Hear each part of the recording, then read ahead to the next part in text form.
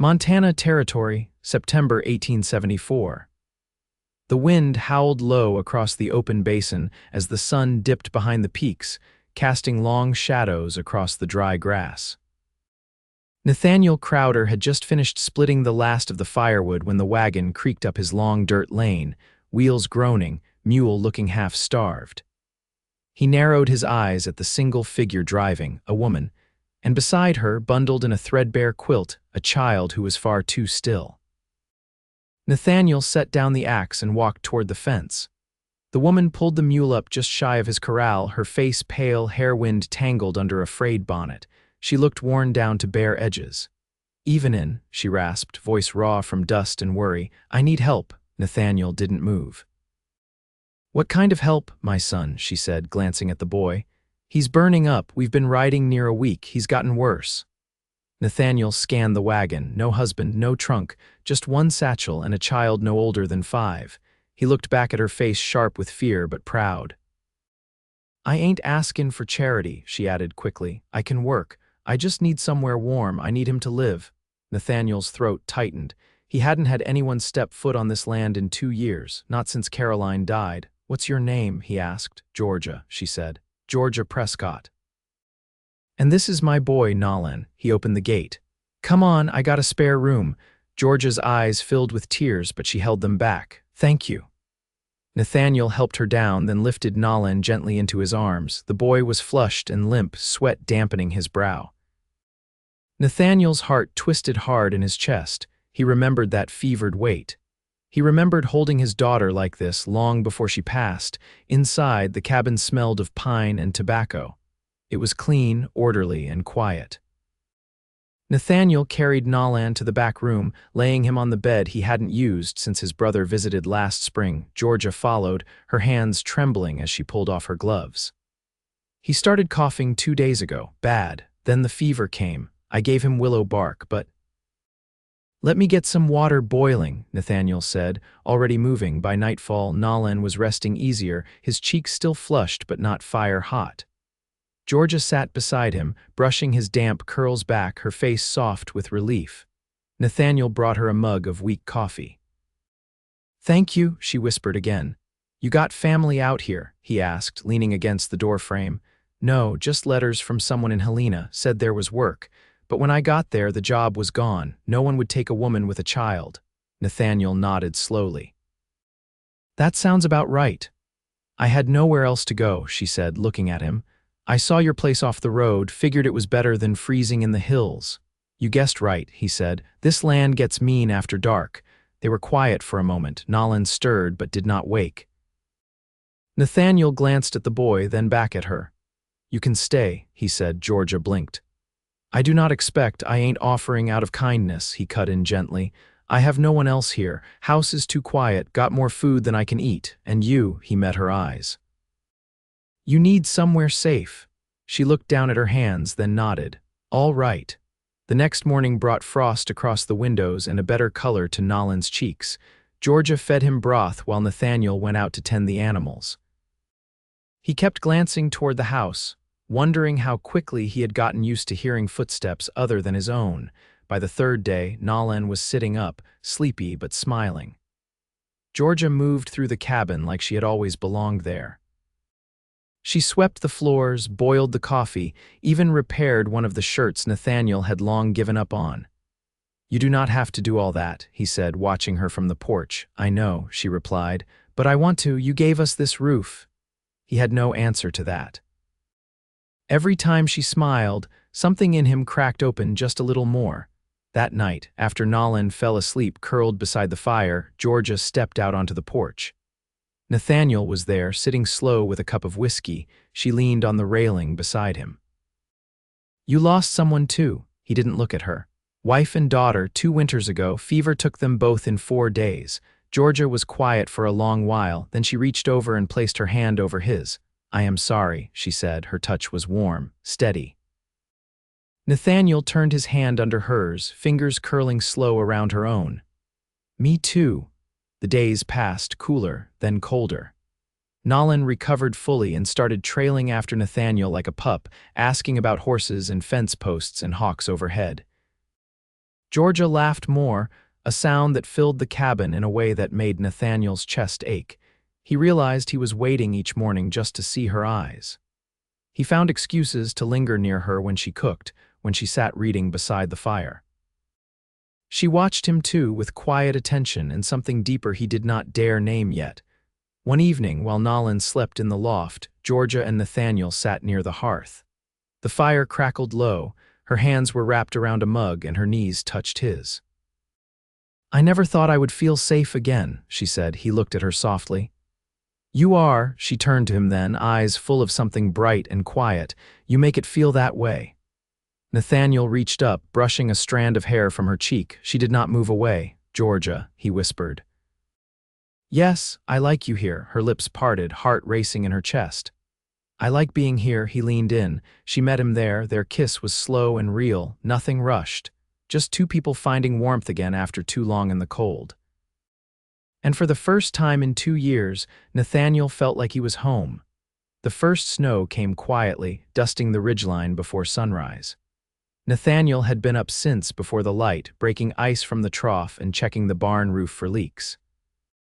When he came back inside, Georgia was standing near the stove with Nolan perched on a stool, watching her stir cornmeal into a pan. "He's restless," she said without turning. "Wants to be outside, but I told him it's too early for snowballs." Nathaniel tugged off his gloves. "Let's see how much sticks by midday. If it holds, I'll hitch the sleigh." Nolan's eyes lit up. "Can we go to the creek?" "Maybe," Nathaniel said, "if you eat your breakfast and help bring in more kindling." The boy nodded solemnly, as if accepting a great burden. Georgia smiled faintly, but her eyes followed Nathaniel as he moved through the room. "You've got a way with him." Nathaniel paused, setting his gloves on the shelf. "He's easy to like." She didn't answer, but her expression lingered. He felt it more than saw it. Later, when Nolan napped under a quilt near the hearth, Georgia joined Nathaniel in the root cellar. She carried a lantern while he shifted barrels and inspected the vegetables for rot. "You've enough here to feed 4 through winter," she said. "I planned for 2 more than I ended up with," he replied. She turned toward him, lantern casting a soft glow across her jaw. "You always keep this much." "Used to have a brother, came and went. He's settled in Colorado now, but I still keep things the same." "Habit, I guess." Georgia touched one of the shelves, fingertips trailing over the wood. "I never stayed in one place long enough to think about next season. You're thinking about it now." She looked up at him, expression unreadable. "I suppose I am." They stepped out into the cold again, boots crunching on the new snow. The wind had picked up and the sky was heavy with more to come. Nathaniel pulled his coat tighter and glanced at her. "You ever worked with wool?" She blinked. "Spun it, sure. Not much chance for sheep where I grew up, but I learned to card and twist yarn. We've got a neighbor 3 miles north, keeps a few sheep. I trade him seed potatoes for fleece sometimes. Thought I might bring some back next week. Would you use it?" Her eyes warmed. "If I had a spindle, I would. I've got one, belonged to my wife." Georgia hesitated. "Would you mind?" "No," he said gently. "I wouldn't offer if I did." She gave a small nod, then looked down the hill toward the barn. "I can help with the mending too. If you've got wool, might as well patch those saddle blankets before they fray clear through." Nathaniel smiled, just barely. "You don't slow down, do you?" She brushed a curl back from her cheek. "I can't afford to." That evening, after Nolan had gone to bed early with a belly full of stew and stories, Nathaniel sat at the table threading a broken bridle strap. Georgia brought over a folded cloth and opened it to reveal a sewing kit, small but careful. "This was my mother's," she said. "Carried it from Missouri to Kansas and then to every poor room after that. Lost everything else I ever owned, but I kept this." He looked at the worn fabric, the neat rows of needles, the tin spool of thread. "She teach you?" "She died before she had the chance. I learned watching other women." "Listening more than talking." Nathaniel passed her the torn strap. "You listen well." She worked in silence for a while, her fingers steady, the firelight soft against her face. Nathaniel watched her without meaning to, drawn to the way she focused, the way her mouth pressed slightly when she concentrated. "You don't talk about your wife much," she said softly. He nodded once. "Not much to say, that's easy." "I understand." He waited, but she didn't press. Instead, she tied off the stitch, handed the strap back to him, and rose from the table. As she passed, she laid her hand on his shoulder, not long, not heavy, just enough. He reached up and covered it with his own. Neither of them said anything. The days shortened. Snow deepened. Georgia began spinning wool by the window, her foot working the spindle rhythm while Nolan played with carved animals Nathaniel had kept in a box no one had touched in years. The quiet between them all grew comfortable, not empty. One night after the lanterns were out and the wind whistled against the logs, Nathaniel woke to find Georgia standing by the fire, wrapped in a shawl. Her face was turned toward the window, though there was nothing to see but dark. He stepped beside her, barefoot on the cold floor. "Can't sleep. I keep thinking about what happens when spring comes," she said. He watched her profile, the slope of her neck, the way the light kissed the edge of her jaw. "What about it? I've always moved on, always had to." "That's just been life. You don't have to now." She turned to him, her expression unreadable. "You sure?" "I am." She reached up, touching his chest gently, right over the place where his heart ached most. Her hand trembled just a little. "I don't want to go," she whispered. "Then stay." He leaned in, and she met him halfway again. This time, her kiss lingered longer, her fingers curling into the fabric of his shirt. When they pulled apart, she lowered her forehead to his. "You make it feel like I belong." His voice was low. "You do?" That night, she didn't return to the spare room. She stayed curled beside him beneath the quilt, her breath warm at his collarbone, the snow falling steady beyond the window, and Nathaniel, for the first time in years, slept without waking. By early December, the wind had taken to whistling through the cottonwoods like a warning, and the snow no longer melted between storms. The cabin walls held, thick with chinked mud and memory, but the cold had a way of settling into the bones regardless. Nathaniel kept the fire high and the smoke flew clear. Georgia learned the rhythm of the stove's heat, when to feed it dry pine and when to lay down aspen for a longer burn. Nolan had taken to tracing frost patterns on the windows with a stick, singing under his breath when he thought no one was listening. Nathaniel had never heard a child's voice in that house without pain attached to it. That had changed. One afternoon, Georgia stood at the chopping block behind the house, splitting turnips with a worn-handled knife. The wind tugged at her shawl, but her hands were steady. Nathaniel had just come back from checking the trapline empty that morning except for one snowshoe hair, cleaned now and hanging in the shed. He leaned his shoulder against the doorframe, watching her. "You always work like you're being timed." "I was once," she said, not looking up. "Boarding house in Wichita. Cook there said if we weren't quick, we weren't worth feeding." "That woman sounds like someone you ought to forget." Georgia lifted a brow. "Maybe I would have if she hadn't taught me how to stretch salt pork across 5 plates. Fair enough." She finished the last turnip, wiped her hands on her apron, and set the knife aside. "You ever think about hiring on help come spring for the north pasture?" "I used to." "Not much need anymore. You'll need it if you plan to run more cattle." He looked at her, surprised. "I hadn't said anything about that." "You didn't," she said, "but I've seen you checking the fence line more than usual. And you've been marking down feed rations in that ledger every night." Nathaniel crossed his arms. "You read my books." "I read the cover, the rest I guessed." He couldn't hide the grin that crept up. "You're sharp." "I've had to be." He stepped forward, boots crunching ice. "If I did expand, it wouldn't be just for me." Georgia met his eyes, quiet and steady. "I know." A moment passed between them, long and sure, and then Nolan's voice called from inside. "Mama, the kettle's singing." She pressed her hand briefly to Nathaniel's chest as she passed. "I'll fix the tea." That night, the wind howled fierce enough to rattle the windows. Nathaniel had reinforced the shutters earlier, but even so, the cold pressed in. Georgia added another quilt to Nolan's bed, then joined Nathaniel at the table where he was oiling his rifle. Her fingers were red from scrubbing the wash basin clean, the nail of her thumb split from woodwork. "You ever think about going back?" he asked without looking up. "To where?" she asked. "Wherever you came from." She folded her hands. "No, I left for good reason. There's nothing back there but doors closed in my face and men who think a woman with a child's a burden." He glanced up. "You're not." "I know that now." He set down the rifle. Do you think of staying here as permanent? Yes, she said. Do you? He exhaled through his nose, leaned back. I do. Georgia looked into the fire, her voice low. You never ask what came before. It doesn't matter unless it's chasing you, it's not. Then I won't ask, but she answered anyway. Nolan's father was a hired hand, left before the boy was born. I was too proud to beg him to stay and too stubborn to admit how bad things got after. He nodded once. You don't owe anyone shame for surviving. She looked at him, something raw flickering behind her eyes. You say that like someone who knows. I do. They didn't speak again for a long while. The fire popped. The wind kept on. Later, after Nolan had fallen asleep curled under the quilt Georgia sewed from old shirts, Nathaniel stood by the window with his arms crossed, listening to the creak of the rafters. Georgia came up beside him, close enough that her shoulder touched his. This place feels like it's always been waiting, he turned toward her. I think it has. Her hand found his at his side, their fingers laced slow and certain. I want to build something here, she said. Not just stay, not just make do. He brought her hand to his lips, kissed the back of it. Then we will, she leaned into him, letting her head rest on his shoulder.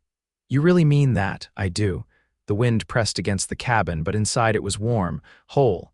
And for the first time, Nathaniel didn't feel like he was holding on to memories. He felt like he was making something new. Georgia didn't pull away. Neither of them did. In the hush between storms, the land looked soothed, its harsh lines softened under snow that blanketed the earth like an old promise. Nathaniel was hitching the sleigh by the barn when Georgia stepped out with Nolan bundled tight, his mittens barely grasping the small woolen reins she'd made him for play. The boy's cheeks were red from the cold, eyes bright with the quiet kind of joy that came from feeling safe. Bring in the boy into town, she asked as she approached, her boots muffled in the drift. Nathaniel tightened the last strap. Just you and me today. The post rider won't wait past noon, and I reckon Nolan's better off in the warm. You trust him with Mrs. Greeley for a few hours. Georgia adjusted the scarf around her neck.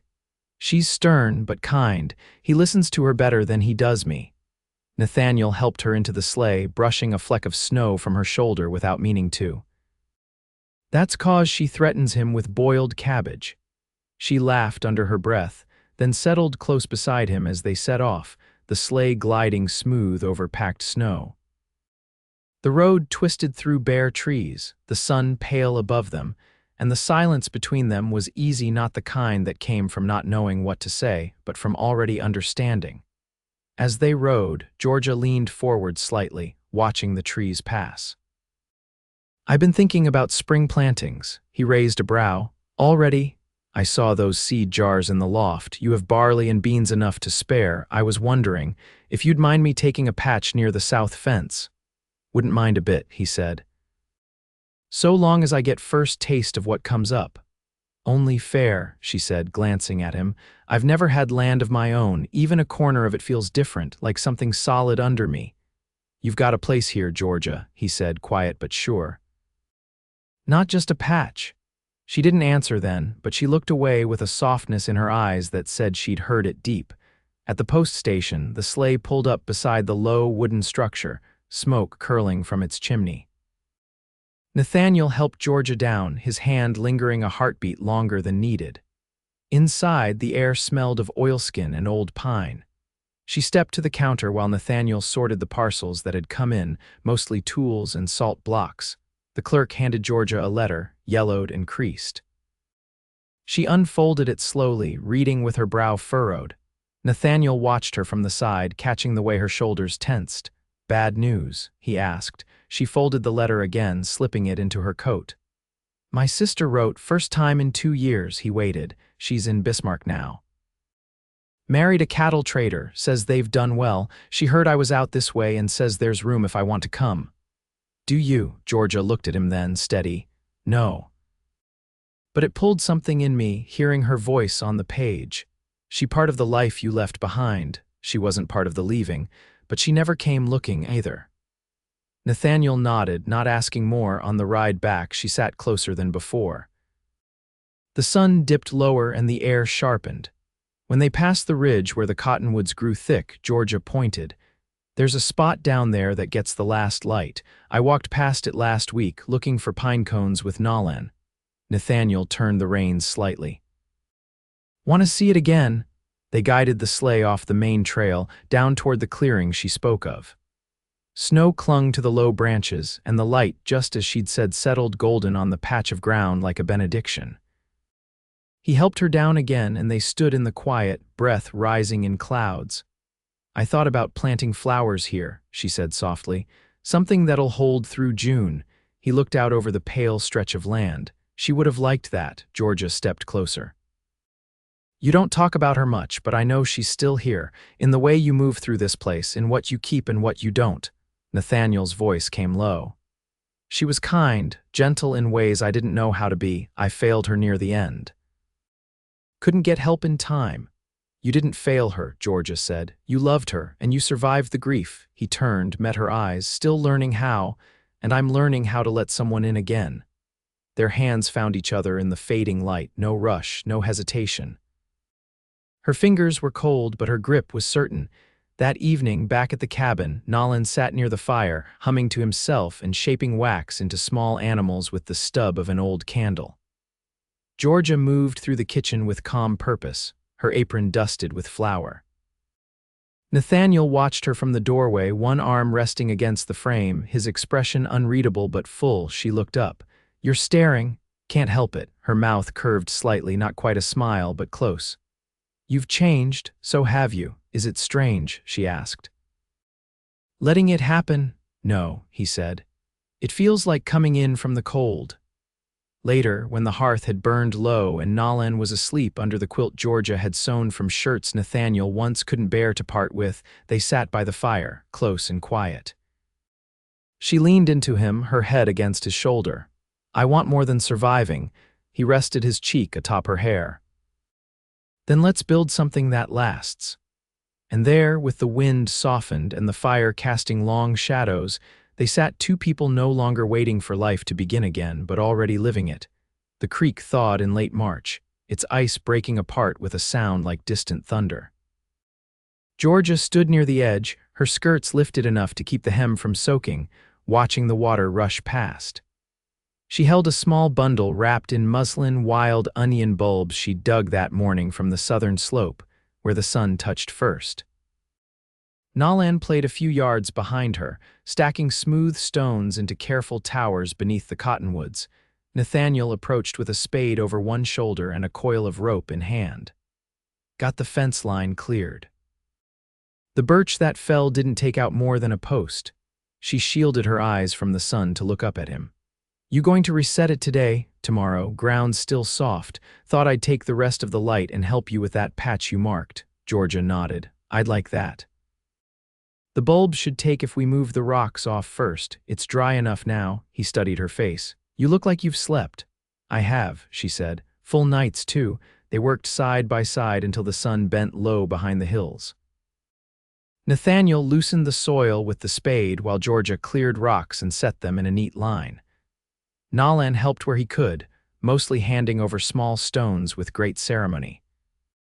When the wind picked up, Nathaniel pulled his coat tighter around the boy and sent him up to the house with instructions to set out the tin plates for supper.